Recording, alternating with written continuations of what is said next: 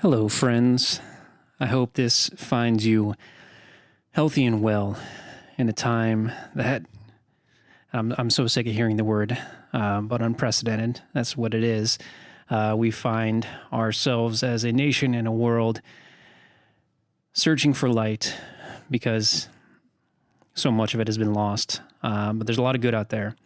And you can just look at the front lines and the doctors and the hospitals and all of the healthcare workers who are putting their lives on the lines to make sure that we remain healthy and well. I know that's a deep way to jump into this conversation. And I will say that not even starting with a sponsor today because it just doesn't seem right. There are so many people who deserve recognition, so many business owners. If you want to put your hard-earned dollars somewhere, put them in the pockets of the local restaurants, the people who are suffering right now because they don't have people walking through their doors. And we discussed that a little bit. Today is an interesting episode. Ernie and I wouldn't even call this an interview. This is a conversation. Ernie and I met Laurie Seymour, actually through our podcasting platform. If you want to sponsor, check out Red Circle. It's a great startup podcast host who offers phenomenal tools for podcasters of all sizes. And so Laurie with Wisdom Talk Radio and I met a month or two ago and started talking about how we can collaborate. And we quickly came to find that we are very aligned. We're very like-minded, and we wanted to take the opportunity to come together to put together an awesome episode. And so we did. And so this is what you'll hear from us.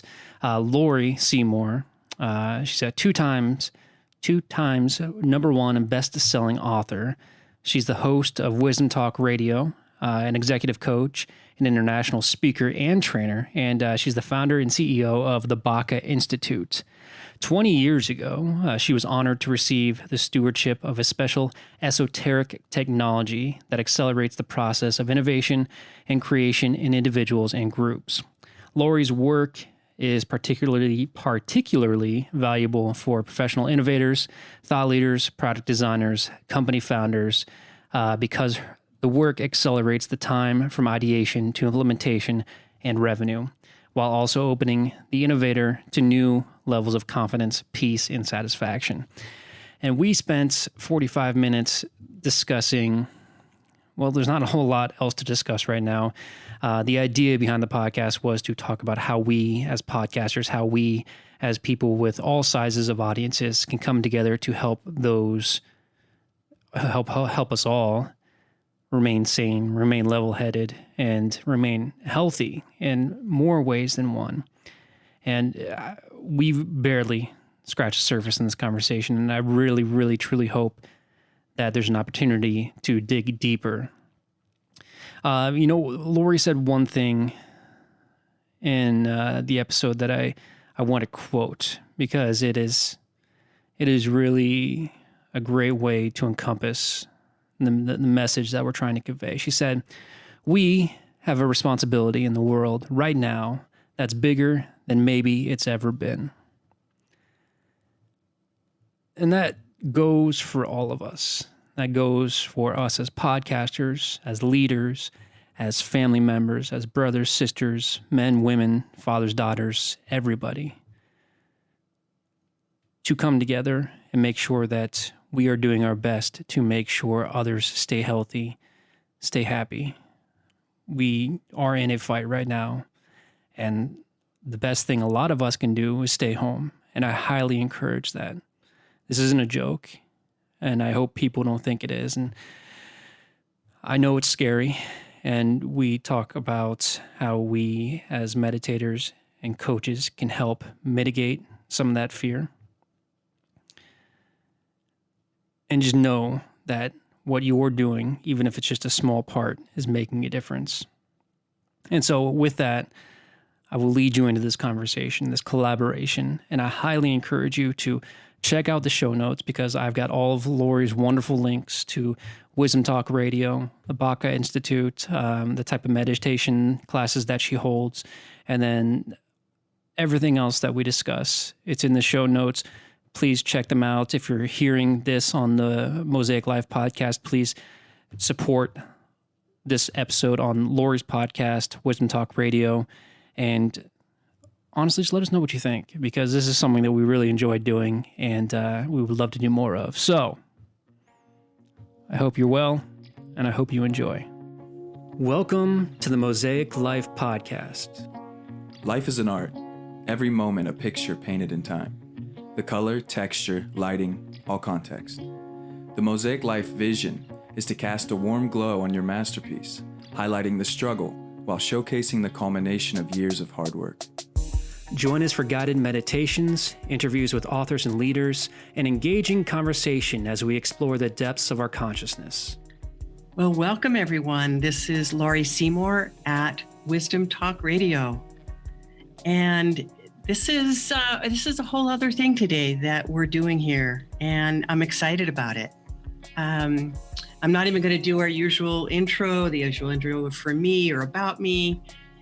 I'm going to jump right in because I'm here with Trey Kaufman and Ernie Welsh. Hello. They have a podcast as well. And we're doing this as a co-creative, collective podcast for both of our podcasts. And I haven't done this before. I don't know if too many people have, actually. But I want to give each, Trey and Ernie, an opportunity to introduce themselves.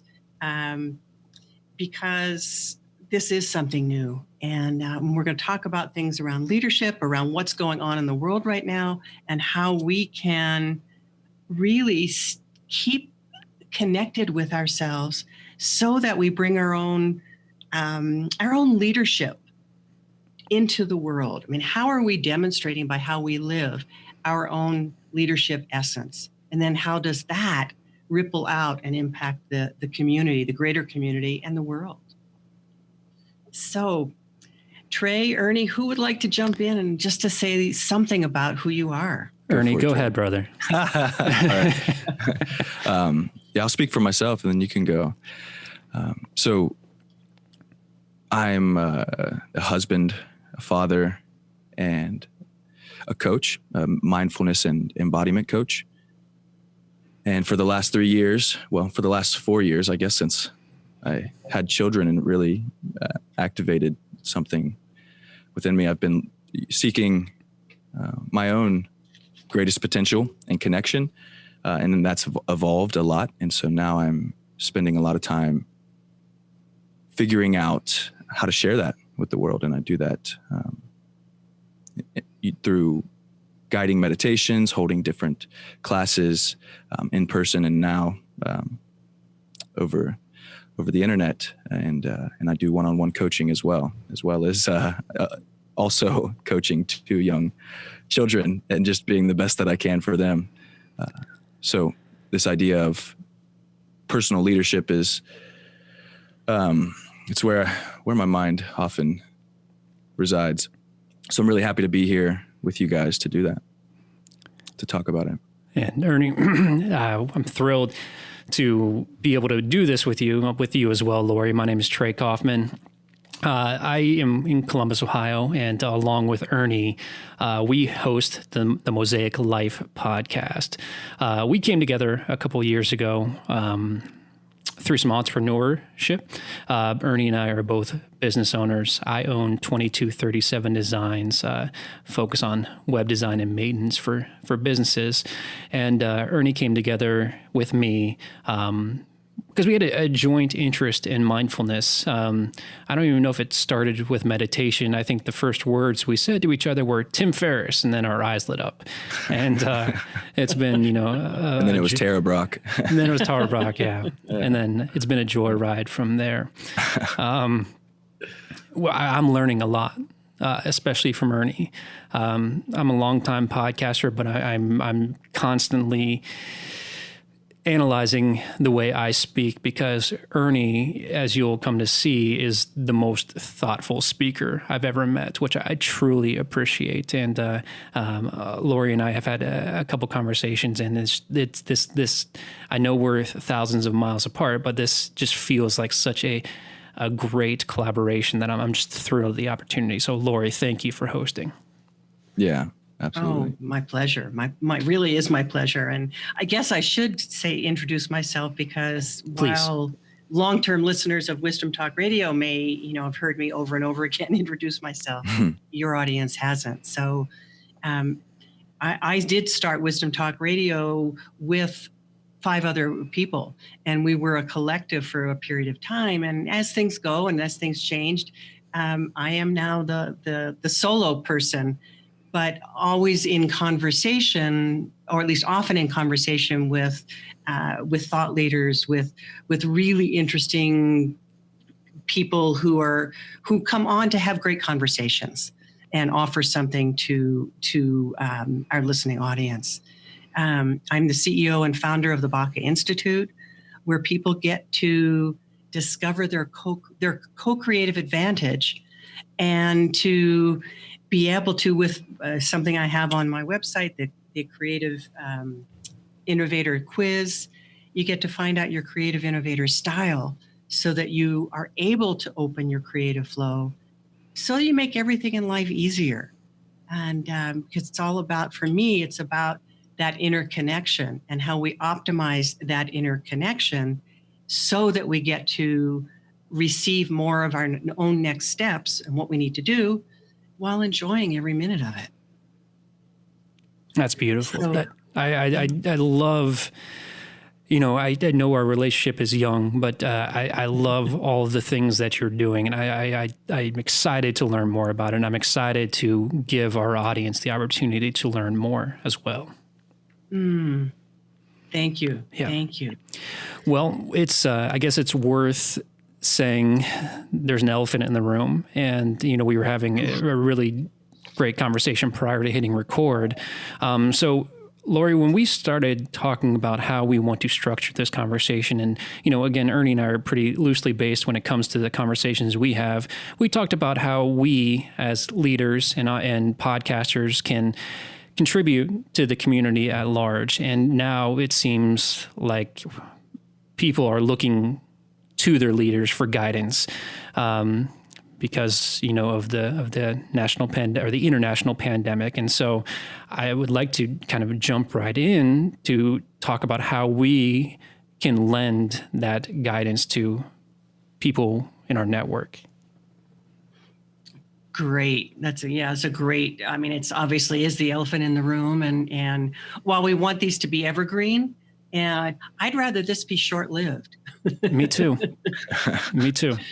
But it is so important in this time to be able to tap into, to find some way through the fear to that bigger picture of what we're being called to do, of what we're being not only asked to do from our governments, but what we're being called to do, almost in service to a higher purpose, if I can say that. Absolutely. And so, as I'm personally doing my best to keep the fear down. I mean, people are doing the best they can to make sure that we remain healthy. But I'm coming from this as a meditator. I'm approaching you two as meditation instructors. What can we do to maintain level-headedness and help convey that to others, to either one of you? Ernie, you want to give a sure, crack on that? Yeah, I can jump in. For me personally, and I really hope this is true for everyone, but it feels like it comes down to personal practice, whatever that is. I mean, there are so many different forms of getting in touch with your body, getting in touch with your breath, and getting in touch with that creative flow, like you talked about earlier, Laurie. This higher purpose and being in flow towards that thing. And everybody has their own way of doing it. And some people haven't found that way of doing it, which is why that's why this might be challenging for a lot of people. Mm-hmm. So personally, when I speak for myself, I just know I need to be alone for some period of time during the day. And I need to be really in touch with my breath, almost like infinitely in touch with my breath, and then some type of movement. Those are very foundational. And when I'm not doing simply those three things, there are stark reminders of that in the way that I'm interacting with people, in the way that I feel, the way that I'm thinking. You know, something might come to a head to remind me, oh, I'm freaking out, and I haven't done anything but move since and go since I woke up. So for me, it really comes down to that personal practice of what you do to connect to internally and externally as best as you can. I'm thinking you said the first thing you said was about spending some time alone. And for those of us, and I'm right in there with you, who love that and who need that, this can be a great opportunity. For those people who thrive on being around other people, or who are simply not used to spending time and having to create what it is that time looks like, this is really hard. Mm. The people that are being told you got to work from home, and I know I've worked from home much of my career, whatever I've been doing. So I know how to do that. But when you're in the position of, well, now what? What do I do? How do I meditate? How do I, what does that even mean? And you mentioned that movement piece, and I think that's so important, because movement can be such a great way, just simply quiet, just even stretching, but being aware as you do that, kind of staying with your breath and seeing, oh, this would feel really good to stretch my arms straight out and then up in the air, and seeing how your body is feeling, and then letting that dictate to you how you might want to move. Yeah. And I think people underestimate, or maybe aren't even aware of, how much we hold our habits in our body, like in the muscular tissue of our body. And some of the quickest ways for me to break free of insecurity or fear is to simply do some stretches, mostly in my shoulders, my neck, and my chest. And then of course, some deep breathing. So I think that's another important aspect of that when it comes to stretching, is just like breaking open that pattern of posture that keeps us connected to the way we've been doing things. Yeah. And there's not a lot we get to hold on to right now of the way we've been doing things. That's the rub here, is that we're being pushed into the unknown, maybe kicking and screaming. But we have an opportunity to not do it kicking and screaming, but really to do it with awareness. To have consciousness about, okay, yes, who I was yesterday or how the world was yesterday is not how it is today. And tomorrow it's likely to be different again. And it's doing it in such a big way that we're really being called to pay attention. It's like we can't get away with doing things in a habitual way and be okay with that. Yeah, it really puts us it can really put us in a corner. I know from experience. I spent a day and a half in my home, no alone time really. And I just slowly started buckling forward energetically and somewhat physically too, until by the end of the day I was exhausted and I could just feel so many different emotions just tumbling through my body. It's like the normal things in life can feel so different now with this like resonance of, oh my gosh, what's happening? What's going on right now? Yeah. Well, love it or hate it, this will be the new normal for a long time. Even once all of this clears up, I think there's going to be a massive hangover. And so it's really finding ourselves and finding how we can choose to perceive this as an opportunity to become better individuals, both as a community member and as an individual. I'm a big runner, and I still am making every attempt to get out there and do it solo, unfortunately, but making sure that I'm still being the best person whom I can be. And that goes, the same through meditation. But, from a coaching standpoint, how do you guide others to make sure that they have that similar mindset? It's a great question, Trey. I do and have done for almost 3.5 years, a regular live online on Zoom, actually, Trey meditation session. And I started it with the idea of people need a regular place to come and meditate if they don't already do it on their own. And then got to see what could happen online, because I work with energy, and I work with energy even online with people individually. And as people come together and then get to share their experience afterwards of what happened during the meditation, it's a profound opportunity to have that experience of community with and have that experience of their own interconnection. And so that's something that I'm starting to offer. I'm opening that up because I'm seeing the need is so great for that kind of thing right now. And then with my one-to-one clients, with my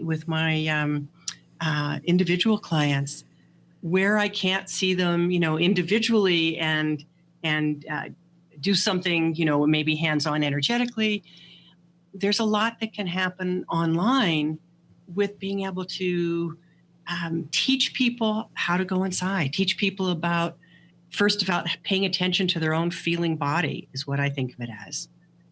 And, and Ernie, you mentioned that too about, you're paying attention to your body, but that feeling body, that sensory body, to know, oh, this is not okay how I've been moving along. I need to create some time alone, or I need to go out running, as you said, Trey. That ability to tune in is, I think, something that's a really big opportunity for learning about, for teaching about. And Laurie, going back just a little bit, you mentioned you practice a certain type of meditation. Can you expound upon that a little bit? That's not something I'm personally familiar with. Sure. Well, Trey meditation was brought through by a teacher of mine. I was gifted the stewardship of it over 20 years ago. And Trey meditation is not just about like getting quiet and meditating, but it's what I think of is it's an active meditation in the sense of being actively willing and available to receive. So it's not just what could I say, just spacing out or thinking about anything. It's not a guided meditation, it's silent. But I'm working with energy, as I said, during that time of the meditation with people, because it makes it more easy. It makes it easier for them to connect in. It makes it easier for them to relax, to get quiet. And then it's a connecting to that fact that we are all energy. The universe is comprised of energy, and we are part of that. And then it's how do we tune into that so that we start to be able to connect with our own inner compass. Something that's coming up as we talk here, somewhat of an insight for me, through this whole experience of this virus traveling through, and the challenge of health, and then the fears and the anxiety that might be coming through. I'm looking in my own ways, how do I step up my leadership here? Like I've been cultivating for 3 years now to be of service in this moment. And I'm really realizing that in a different way. It's like sometimes we're out here looking at how we can make our businesses better, how we can make more money. Like this is me, but I believe this is a lot of people in the personal development and coaching and meditation realm. there's an aspect of business to it, but now it's just simply how do I show up in a way that I'm bringing the most of my leadership and giving it as much as possible. And one of those things is showing up for people in like a similar fashion to you having these meditation classes. I've opened up some spots to do that with people, and we'll be doing that, throughout the next few weeks, or indefinitely actually at this point. But another thing comes up for me in regards to all of this, and it's one, being there for people, and then also this thought of how do I encourage people to cultivate their own practice, because I can be there for them, right? Once a week, twice a week, or more, but I won't be there always. And so I wonder, like, if anything comes up for you guys about helping people bring this home, bringing this type of presence and awareness home. Oh, I love that, Ernie, and I really do. I think that's so important. And you mentioned that sense of being of service to the world. And I'm hearing that theme from a lot of people right now. It's almost like, I guess you said it. I've been in training for this, and training. We don't think of training in quite the same way as it's training to run a marathon, but it's like we've been preparing. There's a lot of people that feel like they've been preparing for this time, to step up, to be that. To be that beacon of light. Yeah. Yeah. Yeah. Yeah. Yeah. And I've also had the sense that as we come together, whether it's in a group or with our clients or like the three of us, it's like we become what I called the other day, a node of light. It's like we're saying, okay, we're willing to be here to anchor more light onto the planet. I agree. Yeah. And, I a couple years ago, I took a strict stance against social media. I have since let up that grip a little bit, and I've done my best to surround myself both physically and digitally around people who offer positivity in the world, who offer ambition and courage. And so seeing those beacons of light online and in real life, it helps lift you up, because I know I am only looking at one element of the world. And I know there are people out there who are not adhering to, social distancing, people who are still going to the bars, and people making poor decisions. But, we have to do our best to make sure that we are providing that guidance to people who may not know, why these things are important. And being a part of the entrepreneurial space in, a fairly large town of Columbus, Ohio, a lot of my friends are terrified that they're going to go out of business. Not everybody operates solely online like I do, and that I feel like I need to do something, and I'm still working on figuring out what that is to help support those people. Restaurants, I'm terrified for the people or my friends who own restaurants, because while they're still offering delivery and pickup, this is going to be a very trying time. So, there's something that all of us can do to support, those who are struggling right now. Yes. Yeah.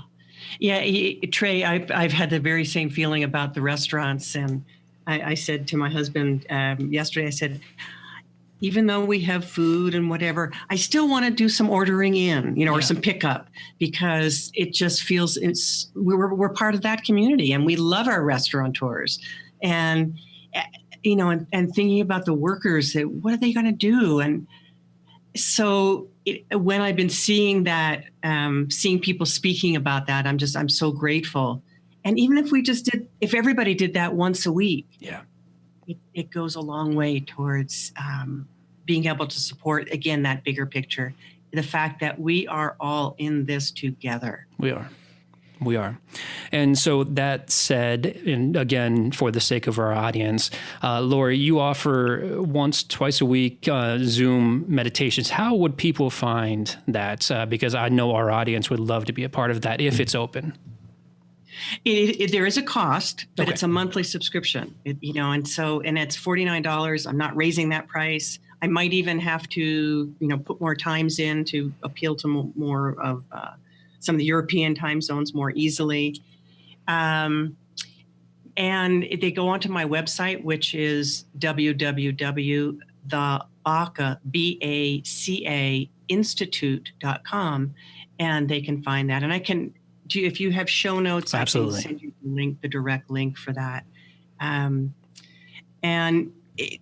it's something that, because people's schedules are all changing right now, I offer it at 2 different times in the week, but each one is different because I do a little talk, and it's a teaching talk. It's a way to connect in. It's a way to get inspired.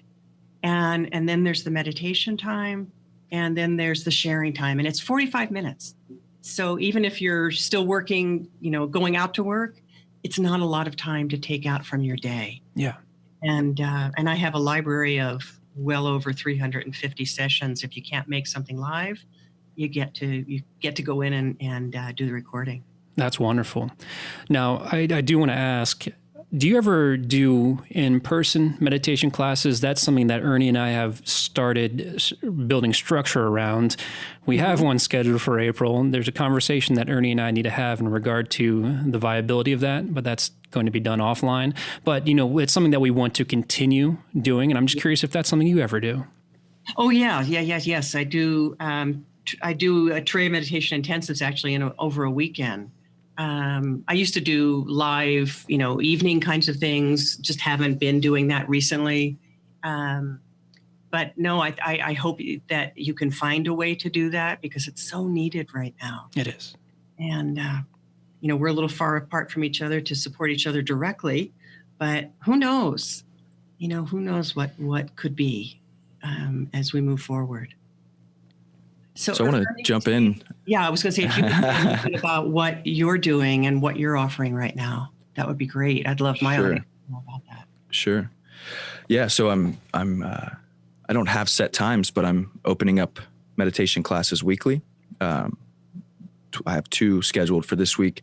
And then I'm also going to open up my men's group, which is a local thing that I do. But we're moving that virtual with Zoom, and I'm opening that half of that meeting up to any man that wants to sit with us through our embodiment practices. And then the second half will be just the men from the initial group. And those 2 things, if people are interested in times or viability for their schedule, they can email me at embodied.u@gmail.com.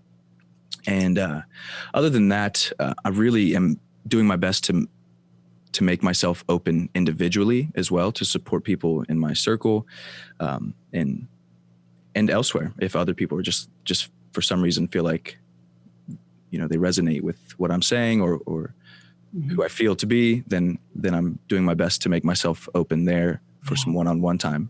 That can be pretty powerful as well. Absolutely. Yeah. Ernie, could you say a little bit about the embodied practice that you're doing at the beginning of the men's group? What that is? Yeah, totally. So I studied last year under John Wineland, and he has done profound work in men's embodiment and established these connections between meditation, breath work, Kundalini yoga, and giving them in a way that that also supports transformation of our mind at the same time. And so from what I've learned there, I've began expanding my knowledge base around breath work and Kundalini yoga. In addition to my daily practice, I've been giving that to people and sharing with people. And it's literally one of the most incredible experiences for me, because in simply doing these practices, things have shed from my consciousness.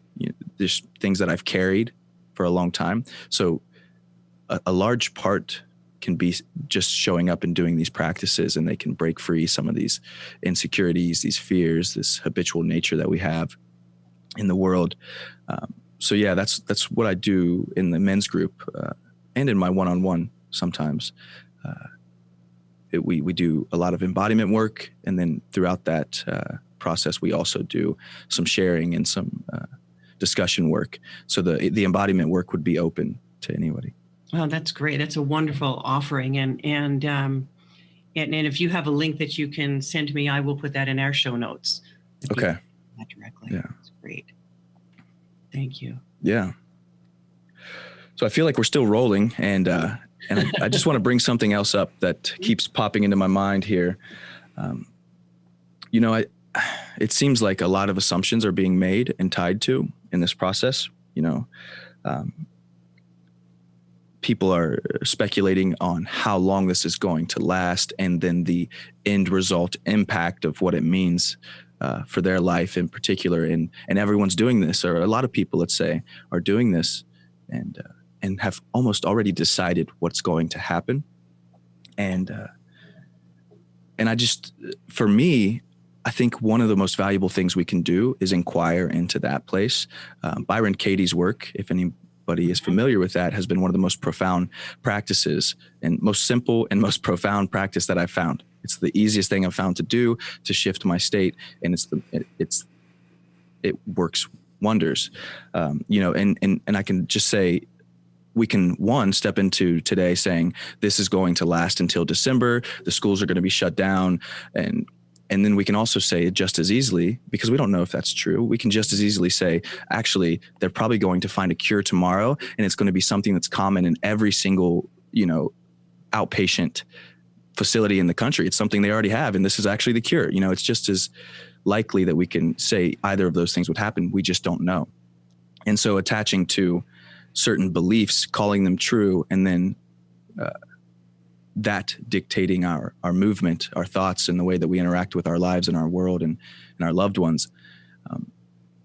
I would just, encourage people to question that. Is that true? And how do I show up when I believe that's true? When I believe this is going to last until August and that my business is going to be in the dirt by the end of it? How do I show up today? Yeah. And then how would I show up if it wasn't true, if I didn't believe that? Yeah.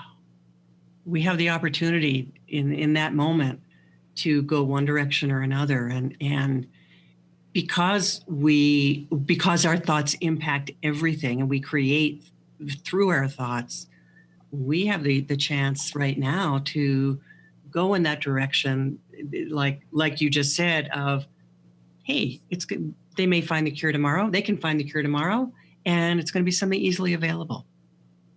So we get to create right now with how we think. And that's maybe a bottom line thing that each of us can look to and see the possibilities too.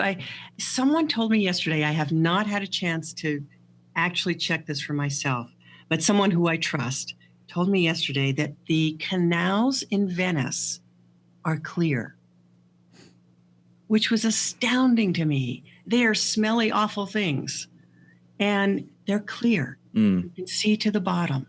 Yeah. You know that, like Wuhan, the cloud of smog, pollution is gone. People are hearing birds. Yes. That feels really good. It does. It's very profound. It feels like a reset, essentially. That's exactly the word that had been coming to me this morning, Trey. Yes. Reset. Mm-hmm. And so if we are essentially resetting the world, again, how do we, and this is something that we all ask ourselves. I don't think there's one universal answer. How do we reset ourselves? How do we reset internally so we can reframe the perspective that we have on the situation? So like you said, Ernie, so we aren't making everything seem like a disaster, like it's going to last for the next 8 months. We don't know. How do we reset our mindset? Take advantage of our consciousness. And that, honestly, I would just beat a dead horse with this conversation, but just getting away from everything that is is inputting something just for some period of time, even 30 minutes. You know, when I first started meditating, I began to realize how uncomfortable it was for me to sit still. My entire childhood, like up through high school and then even into college, where I then went to a doctor and was diagnosed as ADD, I realized as I started to meditate, I just didn't want to sit still. There was something that's within me happening that wouldn't allow me to just sit there. And then my thoughts are running wild. And so after a while of trying to meditate and finding some success and not having success, I started simply setting an alarm for 20 minutes. And I didn't say I'm meditating. I didn't say this is what I'm doing. I'm not connecting. I'm not folding my, index finger to my thumb. I'm just sitting still for 20 minutes. I cannot move my body for 20 minutes, 25 minutes. But once I started allowing myself to do that, and the thoughts would start to fall away, and there's a clarity that comes with that. And it's what I believe is our connection to consciousness, is that clearing out of all of the muck that we pick up from the moment we start looking at our phones or having conversations with people. That's it for me, really. Yeah. We start being able to discern the signal from the noise. Yeah. Wow. That's great. Yeah. So that said, that being a segue, Laurie, outside of the noise, what are you working on now? What are you working on coming up in the future that you hope to attain personally and professionally? Ooh, big question. Wow. You know what's so interesting about that question is how I would maybe respond to that differently in this moment than I might have even last week. Yeah. And I almost don't even know where to begin to answer that. I have been recreating my focus with my work, going more around those people that are the innovators, the visionaries, the product designers, the company founders. And because we need innovation right now. We need innovation, I want to say, pretty desperately. And yet innovation that's disconnected from the inner space, from that inner guidance, falls flat. It becomes too hard to push the rock up the hill, or it's like it doesn't even fit the need. And so it's got to be aligned with our own inner selves when we're innovating. And because it's been the thing that has changed me more than anything in my life, which is realizing that I do have presence within. I do have a connection to something that knows where my personality or my intellect doesn't know. And having developed that ability to connect with that and to tap into that, I trust that. I trust that implicitly. And I want that for other people. I want that very same thing, because that's what the world needs. It is. It is.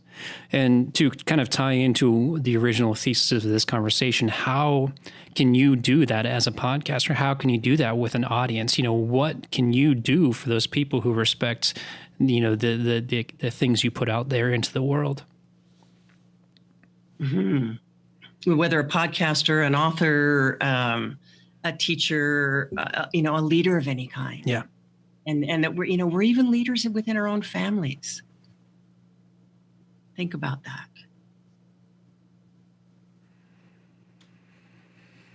So that ability to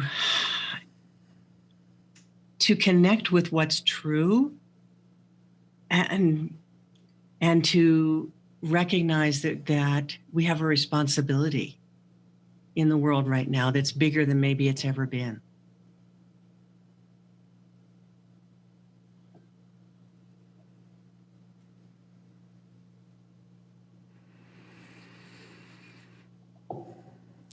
That's a lot to take in, and it really is. Are you guys still there? We are. Yeah. No, we are. It's honestly, I just liked the silence, because when you say something like that, people are listening to this, I imagine, like for myself, something came up there.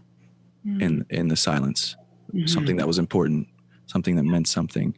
And I would just encourage anybody listening to look back at that moment and see what might have been there for them and what it means about their life and their leadership moving forward. Mm-hmm. Thank you for calling that out, Ernie. Yeah. Yeah, that willingness to find those moments of silence and to cherish them. I'll be the first to admit that can be difficult for me sometimes, and Ernie knows that.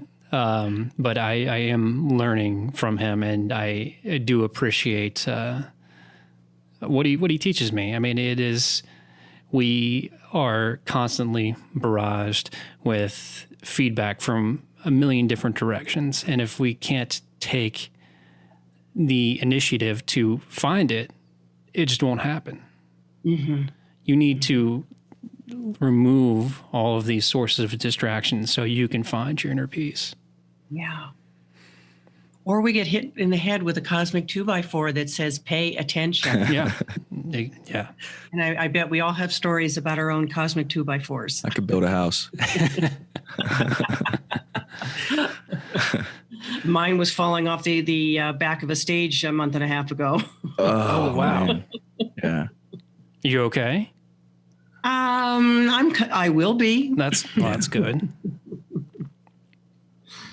Yeah, it's like or this is my imagination of it, and what seems true for me is something. I will sit and I'll find something, or something will come to me that makes sense, and I will drive towards it with or not even drive towards it, but it just kind of pulls me, and there's not really ambition, and then somewhere in there. My ego, or like what I believe should be added to it, or how I think it could benefit me, these types of thoughts might come in, and then I'll start attaching these things to it. And at some point, it's like that cosmic 2x4 comes in and knocks me in the head, and it's like, you're forgetting something. You forgot this was service, or you forgot that. You're not bringing unconditional love with this, or whatever it is. It's like a reminder to step back and then collect whatever it was that I left, and then move forward again with that. Yes. Yeah. Wow. This has been such a rich and deep and personal, in a way. I mean, not so much, sharing details or particularly of our lives, but it just feels somehow very personal. It does. And I'm not sure why I say that. And yet at the same time, it feels like we're scratching the surface. So I'm hoping there's an opportunity down the road to continue exploring that. Absolutely. Absolutely. I don't see why not. Yeah. Well, would Laurie, one of you go ahead. No, I was just going to say, would one of you be willing to just again give your podcast name and where people can find you? Oh, of course. I was getting ready to ask you the same thing. So Ernie and I make up the Mosaic Life podcast, where you can find deep and earnest conversations between Ernie and myself, stimulating interviews such as this, or collaborations, as it were, guided meditations, and most recently, intimate talks, where either Ernie or myself take 5 or 10 minutes to discuss topics that we've been meditating upon. You can find us at onemosaic.life. That is all spelled out. And then you can also find us on Instagram at onemosaic.life. If you have any interest in becoming a part of our show, or have any feedback, of course, you can email us at onemosaiclife@gmail.com. Great. Thank you, Trey. Yeah. Do either of you have any kind of last sparkles of brilliance you want to share?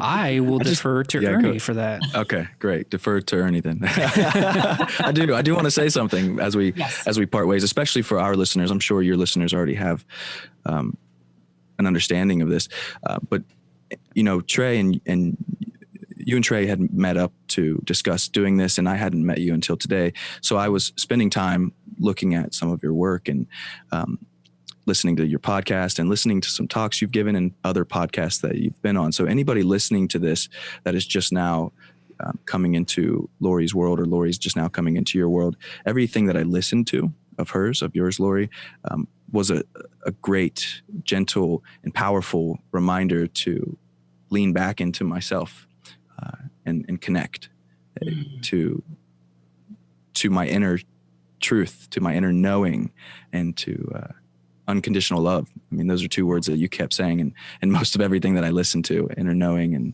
unconditional love. And in the end, I feel like that's the consciousness that we're all seeking, especially in a time like this, but definitely. So check out her work, check out her podcast. And then of course, anything else you can find in a Google search. Well, thank you, Ernie. I really appreciate that. I feel moved by your words, and I feel them. I mean, they really have impact on me. Yeah, you're welcome. And I will say, from, as my way of closing this for Wisdom Talk Radio, is just to thank our listeners for being with us today, and invite you to come back to Wisdom Talk regularly for more wisdom, discovery, and illumination.